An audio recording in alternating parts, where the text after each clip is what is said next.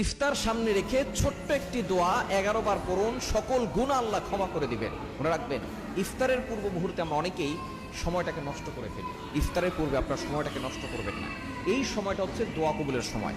আপনি সারাদিন রোজা রেখেছেন, এই রোজা রাখা অবস্থায় দোয়া করলে আল্লাহ তাআলা দোয়াটা কবুল করে। রোজা রাখা অবস্থায় একেবারে শেষ মুহূর্তে আপনি ইফতারকে সামনে নিয়ে বসেছেন। আপনি চাইলে খেতে পারেন, কিন্তু আপনি খাচ্ছেন না।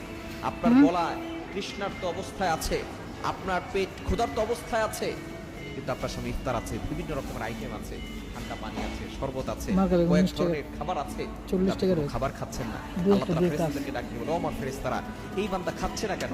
ফেরেশতারা বলে, আল্লাহ, সে তোমার অনুমতির অপেক্ষায় আছে, যখনই অনুমতি আসবে তখনই সে খাবে। তখন আল্লাহ বলে, ফেরেশতারা, এই বান্দাকে আমাকে দেখছে? তখন ফেরেশতারা বলে, না আল্লাহ, আপনাকে দেখে নাই। তারা কি জান্নাত দেখেছে? ফেরেশতারা বলে, না আল্লাহ, তারা তো জান্নাত দেখে নাই। তারা কি জাহান্নাম দেখেছে? বলে, না আল্লাহ, তারা জাহান্নামও দেখে নাই। তখন আল্লাহ পাক রব্বুল আলামিন ফেরেশতাদেরকে ডাকতে বলে, ও আমার ফেরেশতারা,